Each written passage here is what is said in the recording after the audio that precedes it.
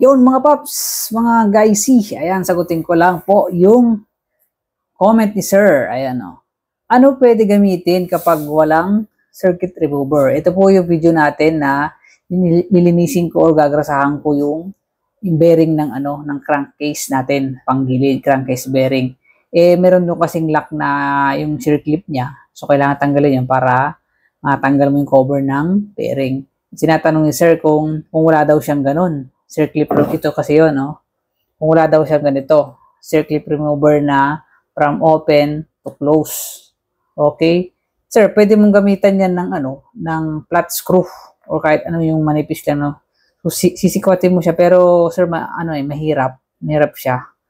Kaya mas maganda, sir, ito, gumamit ka nitong circlip remover na from open to close. Ayan, kasi 'di ba yung may dalawang butas 'yon, susuot mo, kailangan mo siyang ipihitin ng ganun para talagang lumuwag, matanggal mo yung circlip. So, yun sir, ito na lang sir.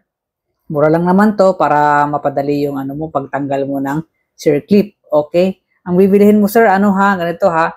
From open, ayan, naka-open. Pag pinit mo ganyan, to close. Ito yung gagamitin mo, open to close.